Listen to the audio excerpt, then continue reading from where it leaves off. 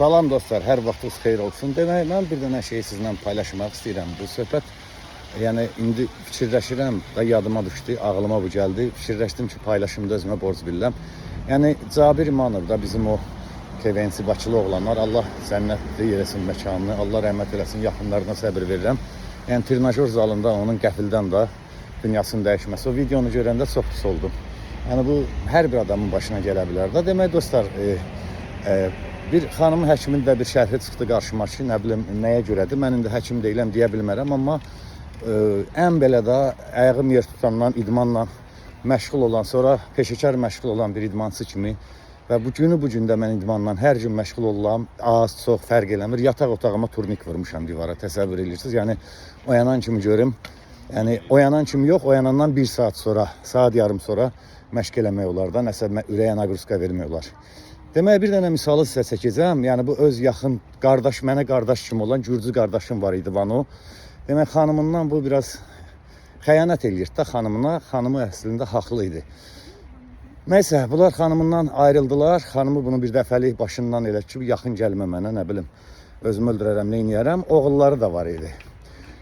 Bu xanımı da fit xanımdır da, həmişə idmanla məşğul olur, trenajora falana gedir. Vano da başladı.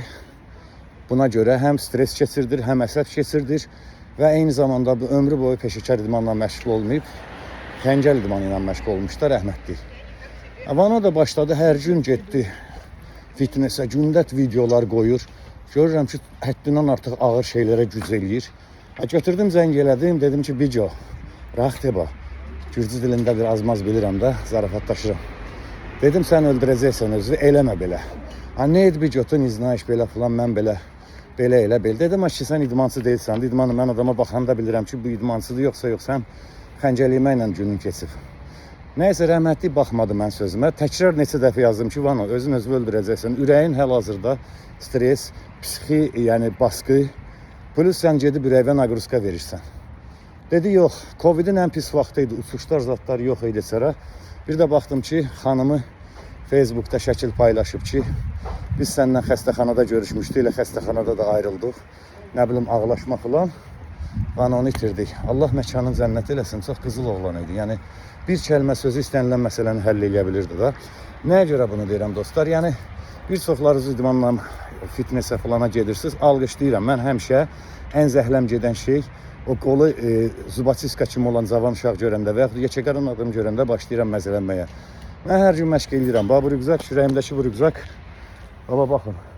15 kilodur çəkisi. Yəni, işimlə əlaqədar da, yəni mən məcburam ki, bunu özümlə daşıyım. Hər gün 10, 15, 20 kilometr şəhərin içində gəzirəm da. Yəni, işimlə əlaqədar da xüsusi olaraq gəzməyə çıxmıram. Amma eyni zamanda da bu dəqiqə məşqə gəlmişəm.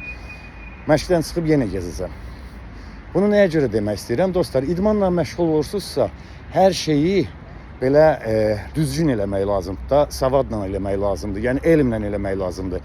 Gedib güc eləməyin ağır-ağır şeylərə, ürəyinizə naqruska verməyin və mənim şəxsən peşəkar, keçmişdə peşəkar idmanla məşğul olan bir insan kimi tövsiyəm odur ki, mütləq idmandan qabaq, mütləq gedin kardioloqa bir kardioqram belətdirin özünüzə.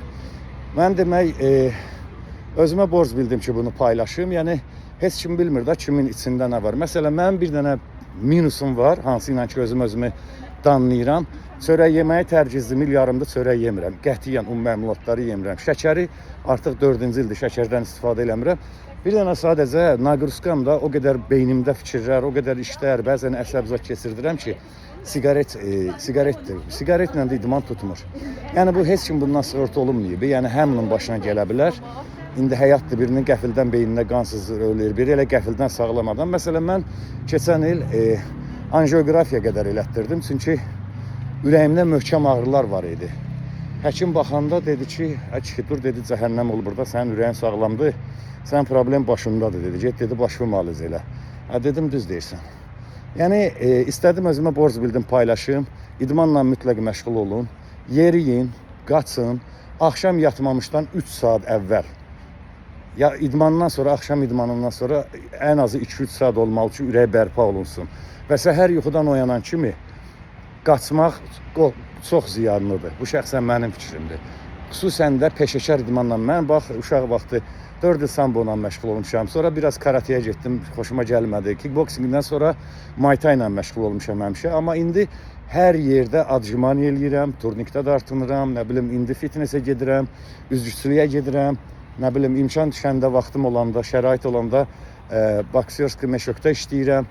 Yəni özünüzü sağlam saxlamaq üçün əla şeydir. Allah hamımızın işinə van eləsin. Amma yenə də deyirəm, qaydasını da eləyin də. Yəni bilin hansı səviyyə qədər eləyirsiniz. Nəysə, Allah Zabir müəllimə rəhmət eləsin, məkanı cənnət olsun və hamınıza uğurlar arzulayıram. Allah Azərbaycanımızı qorusun. Salam aleykum hamıya.